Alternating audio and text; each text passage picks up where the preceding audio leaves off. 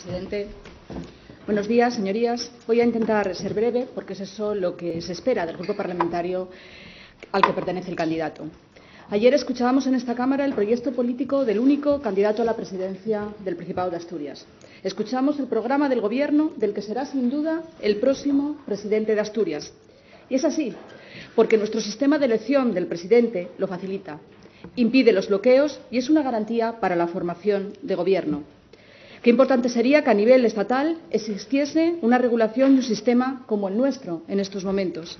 Hoy ya estaría constituido un nuevo Gobierno central y con él todo lo que ello implica, sin retrasos en la puesta en marcha de políticas necesarias, de actuaciones esperadas, de propuestas esenciales. Es importante destacar un sistema como el nuestro que evita que la pluralidad política, que se supone, y estoy convencida de ello, venía a enriquecer la vida parlamentaria al aportar diferentes puntos de vista, al reflejar la diversidad de un país o de un territorio, se acabe convirtiendo en el principal escollo para la consolidación y fortalecimiento de nuestro sistema democrático. Señorías, tenemos un buen sistema de elección de presidente, garantista y de plena actualidad en el contexto actual. Una norma que abre camino. Después, en nuestra mano está que esa pluralidad política o que la pluralidad política de esta Cámara nos sirva para avanzar. En este contexto, he escuchado con atención los distintos planteamientos que han realizado los portavoces de los diferentes grupos parlamentarios. Y he visto cómo se contraponían diferentes programas y propuestas a lo que habíamos escuchado ayer, incluso algunos tan exhaustivos como los del Partido Popular, que aunque no se presentó a la convocatoria, a la investidura, sí que nos presentó su programa, aunque no podamos votarlo. Pero sí, en esa contraposición de programas, lo que está claro es que evidencia más todavía hoy, si cabe, que el mejor proyecto para Asturias, que el proyecto de la mejor Asturias, que el proyecto de futuro para Asturias fue el que detalló y explicó ayer el candidato socialista Adrián Barbón. Y voy a repetir lo que dije ayer, una presentación y una concreción que se hizo desde la humildad, pero que se hizo también desde la humildad porque en todo momento se llamó al diálogo, al consenso, se llamó a la conversación, buscando ese diálogo y esa voluntad de acuerdo sobre muchos temas y con muchos interlocutores, no solamente con las fuerzas políticas de esta Cámara, sino también con el Gobierno central, con las comunidades autónomas, con los agentes sociales, con la universidad, con toda la sociedad, destacando el nítido compromiso con la defensa de los intereses de Asturias. Asturias, primero, ante todo y por encima de todo, y la firme voluntad de transformar esta comunidad autónoma partiendo de lo hecho en otros años por gobiernos socialistas, para ir avanzando hacia Asturias más moderna, competitiva, dinámica, sostenible, en la vanguardia científica y tecnológica. Un proyecto para afrontar con valentía desafíos como la transición ecológica y negociaciones fundamentales como la financiación autonómica en la que tanto nos jugamos. Es un programa de gobierno sólido, de futuro y progresista, pegado a la realidad de Asturias y, por tanto, dando respuesta y priorizando 5 grandes ejes de acción. Priorizar es una acción imprescindible y difícil en la tarea de gobernar y que quien está en la oposición nunca hace como si todo fuera posible y los recursos infinitos. El primer eje consiste en la creación de empleo de calidad, con diferentes medidas y actuaciones y 2 urgentes planes de choque para el empleo dirigido a jóvenes y mujeres. El segundo, el impulso a una industria competitiva con la eficiencia como aliada. Aquí una importante medida, la defensa de un arancel medioambiental para competir en igualdad y para el que esperamos contar con un amplio acuerdo político y social. El refuerzo de los servicios públicos y la consolidación de su calidad es el tercer eje de acción, porque los progresistas no podemos concebir crecimiento sin cohesión, avances sin igualdad, porque sabemos que solo el crecimiento económico es sólido y el desarrollo económico sostenible, porque la desigualdad es la mayor amenaza para nuestro futuro como sociedad. El estado del bienestar constituye el centro de nuestras políticas. Desde ahí protegemos a los más vulnerables. Desde ahí abrimos oportunidades a quienes no las tienen. La defensa de la igualdad y el reconocimiento de la diversidad como seña de identidad. Y la búsqueda de respuestas efectivas al reto demográfico y al despoblamiento, con medidas diversas, transversales y coordinadas, entre ellas la eliminación de la brecha digital. Estamos en una Asturias que se transforma en muchos sentidos. Transición ecológica, tecnológica, industrial, energética, de modelos sociales. Estamos aquí para soldar brechas y que nadie quede fuera de los cambios desubicado. Ni la Asturias más envejecida, ni la más despoblada, ni los tecnológicamente no preparados, ni las menos remuneradas, ni los menos formados. Ese es el desafío. Señorías, hay un buen proyecto para Asturias, de continuidad, siempre mejorando y de cambio. Un proyecto renovado, cercano y sin miedo a los desafíos. Espero que la pluralidad de esta Cámara sea una oportunidad para el acuerdo y el avance y no nos suma en el bloqueo y la parálisis. Señorías, de la escucha atenta a sus propuestas y planteamientos en el día de hoy, de lo acontecido estos días tras la constitución de esta Cámara y de las negociaciones para la elección del presidente, además de identificar que el mejor proyecto para Asturias es el proyecto socialista, se pueden sacar otras muchas conclusiones. Que los proyectos y las propuestas que lo conforman son creíbles si son realistas, si se constituyen sobre cimientos, sobre financiación, con ingresos, con impuestos. Las propuestas sin financiación son papel mojado y las propuestas con aparente financiación, que no lo es, lo son más porque son tramposas. Señorías de Podemos, un crédito extraordinario no es una fuente de financiación. Al contrario, para tramitar un crédito extraordinario hay que buscar primero la financiación. Y no se puede decir que algo se financia con un presupuesto y decir que esa propuesta está financiada.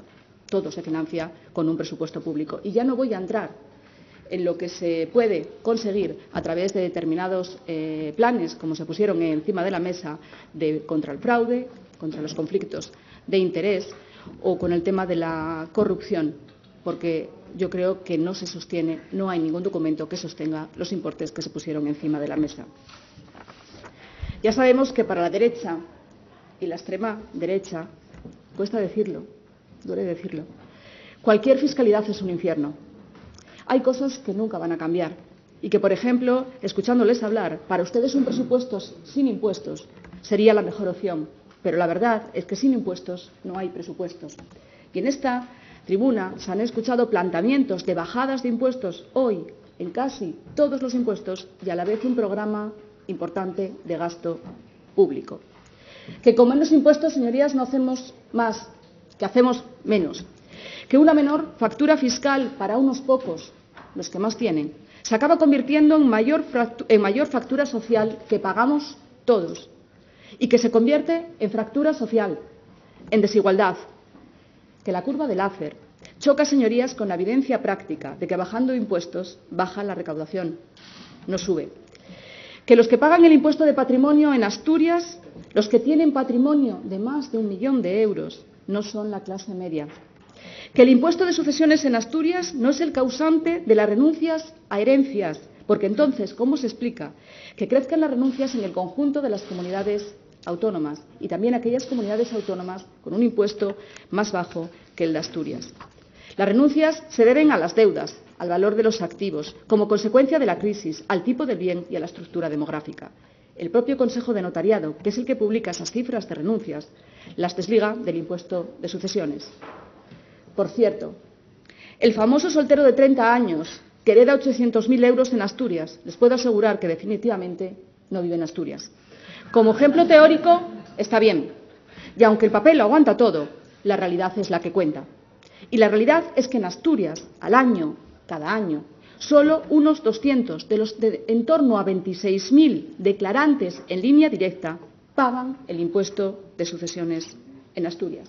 Nosotros apostamos por una armonización fiscal para evitar que se produzca la competencia entre comunidades autónomas y que se ponga en riesgo la prestación de los servicios públicos.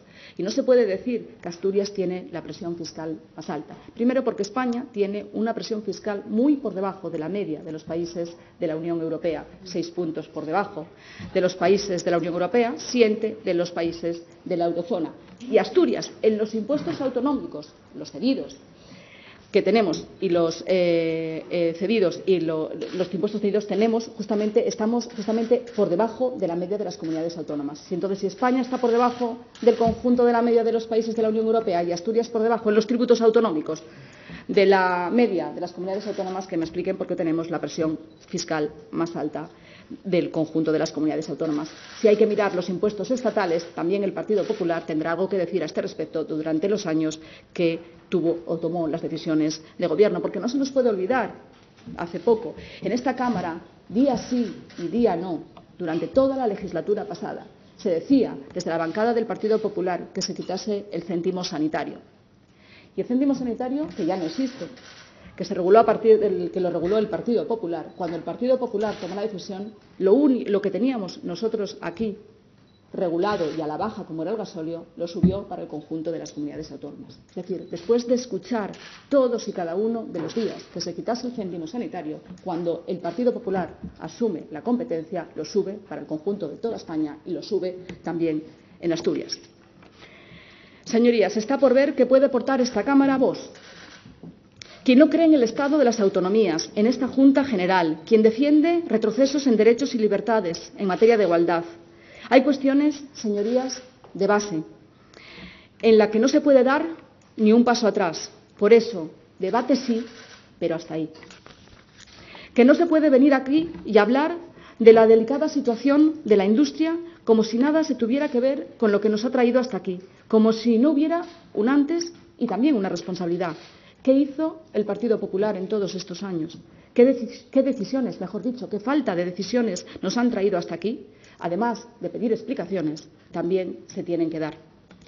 Que un partido no puede definirse aquí como de centro, mientras compite por el liderazgo de la derecha a nivel nacional o se apoya en la extrema derecha para gobernar, que no es creíble. No es lo que se dice, es lo que se hace. Y que Ciudadanos sea de centro es algo que ya no se cree nadie. Que la libertad de elección va siempre mucho después que la igualdad de oportunidades. Que la palabra gratuidad, que tanto hemos escuchado hoy y estos días, por sí misma no es sinónimo de igualdad, de justicia social ni de equidad. Que la gratuidad, por muy bien que suene, puede generar desigualdad e inequidad. Porque no hay nada gratis, todo tiene un coste. Que cuando la derecha y la izquierda coinciden en hablar de gratuidad para los mismos servicios, a la izquierda que lo propone, le deberían saltar las alarmas. Como tuvieron que saltarle las alarmas cuando decidió competir en la pasada legislatura con el Partido Popular en propuestas de bajadas de impuestos. Eso sí, son coincidencias importantes y preocupantes. Que hay que asumir, señorías, los resultados electorales. Empecemos por ahí. Y despojarse de tanta carga en la mochila que les impide a ustedes sí, señorías de Podemos, practicar la humildad que a otros nos exigen. No quiero pensar qué exigirían si su grupo fuera de 20 diputados y el nuestro de 4, o si ustedes hubieran crecido en 6 en vez de disminuir en 4. Señorías de Podemos, no se arroguen la voz ni el sentir de los asturianos. No lo podían hacer antes, pero menos lo pueden hacer ahora. ¿Y qué decir sobre el discurso de la decadencia? Lo ya consabido, lo ya trillado. Poco crédito para quienes hablan de decadencia. Acaba siendo la suya. Qué poco aportan esos discursos sesgados. Qué flaco favor a esta tierra. Difícilmente puede tener un proyecto positivo para Asturias quien solo ve apocalipsis y decadencia. Con una visión tan negativa y tan fuera de la realidad, no se puede construir un proyecto de futuro que ilusione. Frente a ese discurso de la decadencia y la escasez, el discurso en Asturias en positivo del candidato socialista y próximo presidente de Asturias. Señorías de Foro, no nos trasladen al año 2011 y 2012, cuando se tuvo el mayor déficit que alcanzó esta comunidad autónoma, con amenazas de intervención, sin presupuesto, sin financiación. Y tampoco nos hable del metrotren sin hablar del socavón. Mejor miramos todos hacia el futuro. Quiero agradecer a Izquierda Unida, en nombre del Grupo Parlamentario Socialista, su compromiso y su disposición, siempre en positivo, para llegar a acuerdos que nos permitan avanzar. Como ha dicho la portavoz estos días, y lo ha repetido, y yo lo voy a repetir esta mañana, esto es la política útil en tiempo de descontento, en y con la política. Y de esto voy a hablarles, del descontento. Es cierto que hay un descontento con la política, creciente en los últimos tiempos.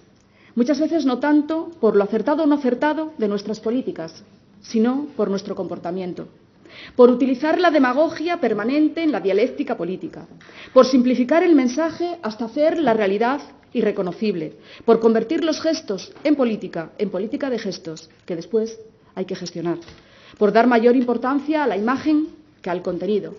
Cada vez que hacemos esto, perdemos credibilidad y generamos desconfianza. Es cierto que vivimos unos tiempos nuevos para todos, para ciudadanos y para políticos. Tiempos también de cambios vertiginosos, de incertidumbre. Estamos necesitados de nuevos puntos de vista, de miradas distintas, de innovación también en la política. Por eso quiero ver esta 11ª legislatura que arranca hoy como una oportunidad nueva. Comenzamos una legislatura con una Cámara renovada, plural, heterogénea, con mucha gente nueva en el hemiciclo, con gente joven, con trayectorias diversas, tanto profesionales como políticas, personales. Es una oportunidad para hacer entre todos algo nuevo, algo que merezca la pena porque de verdad cambie las cosas. Es una oportunidad para abandonar inercias antiguas e intentar hacer las cosas de otra manera. Aprovechemos esas miradas nuevas, hagamos que esta Cámara, que lo que aquí hacemos, cambie cosas para bien, mejore la vida de las personas. Escuchemos lo que viene de afuera y escuchémonos a nosotros aquí dentro. En fin, señorías, todos sabemos que valiente es el que acuerda, quien cambia, quien flexibiliza, quien hace renuncias, no aquel que se atrinchera en sus programas y en sus posiciones, por muy legítimas que sean. Hacer una política mejor requiere mucho diálogo, mucho esfuerzo, honestidad, rigor y trabajo diario. Eso es lo que puso encima de la mesa ayer el próximo presidente de Asturias. Eso y un buen programa de gobierno. El Grupo Socialista, que lo respalda, reitera ese compromiso de diálogo y acuerdo para afrontar los importantes asuntos a los que Asturias se enfrenta en los próximos años. Miremos a lo lejos, más allá de lo inmediato. Tenemos mucho trabajo por delante. Hagamos que esta sea una legislatura de debate de altura, de acuerdos, de avance que la gente note en sus vidas. En realidad, no debería ser muy difícil, porque para eso nos han votado y porque por eso estamos aquí. Muchas gracias.